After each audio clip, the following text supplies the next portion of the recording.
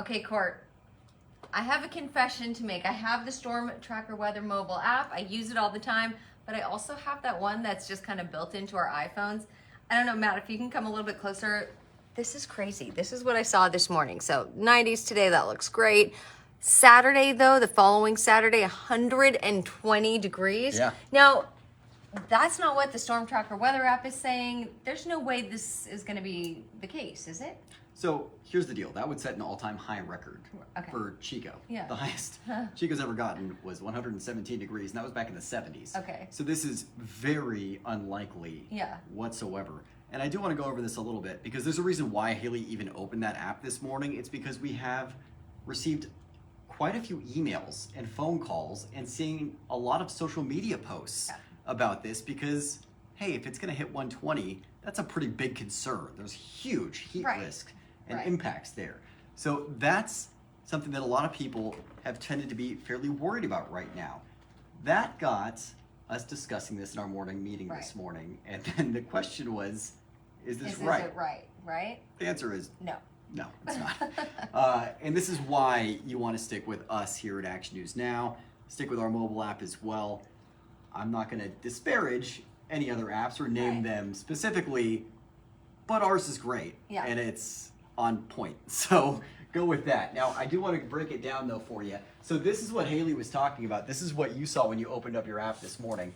So the Chico 10-day forecast. This is also why we don't really go 10 days out either. Right. Data, once you get past day 3, starts to get a little bit muddled. Now, if most of the projections, also known as models, are showing consistency, then it tells us that that's more than likely going to be happening. Now, once we get past day 3, most of the time, models start to really have a lot of discrepancy between them, disparity. Right now, the models are very, very on point together that we're going to see this big temperature jump next week for the first week of July. So it does look likely we've got triple-digit heat ramping up. You can see for Reading as well next Saturday, and again, this is July 6th that we're seeing these crazy projections for. 120 for Chico, 118 for Reading. Reading has hit 117 degrees before. Yeah. So it's not, again, out of the question that we could hit 118. It's just extremely unlikely. In fact, Red Bluff has set a record of 121 degrees, but that was back in the 80s. So Red Bluff has the high temperature record for this region. Reading has hit 118 3 times in history. The last time was in the 80s. Chico's hit 117 once back in the 70s. So these projections are very unlikely. And I do want to show you, again, we don't really like to go this far out in the forecast because of all of that uncertainty once you get that far out with the model discrepancies. But our current projections for Chico and Reading for next Saturday, that's not this Saturday, next Saturday, July 16th, Chico 107 degrees, Reading 112 degrees. So you're seeing a difference for Reading of 6 degrees, Chico a difference of 13 degrees. And this looks way more likely than the projections that you might be seeing on the app that was just already on your phone when you bought it. And again, this is just another example of why you're going to want to download the Action News Now Storm Tracker app. We have the latest information. We're paying very close attention to our region. I don't want to say anything bad about other app developers or things like that, but we live here. And so we do care a great deal about the current conditions and what it's going to be like in our backyards. And so we're paying very close attention to this. We're tracking the latest data and model trends, and we're going to be more accurate when it comes to this kind of information. So stick with us on our apps, stick with us online, stick with us on TV.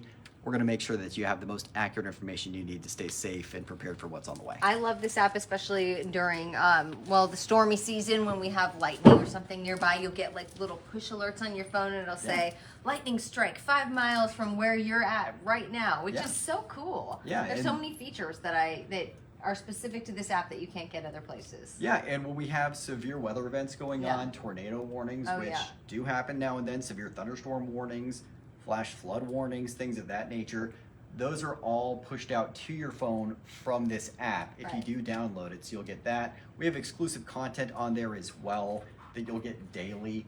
So a lot of good things going on that app. And again, we live here. This is our backyard. We care about the area deeply.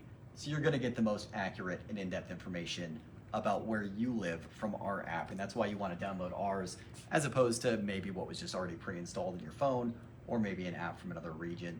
Just make sure that you're sticking with us because we'll keep you covered. I'm gonna just delete it out of my phone. That's probably not a bad idea. All right, thank you, Cort. And I think most of you are probably just as relieved as I am.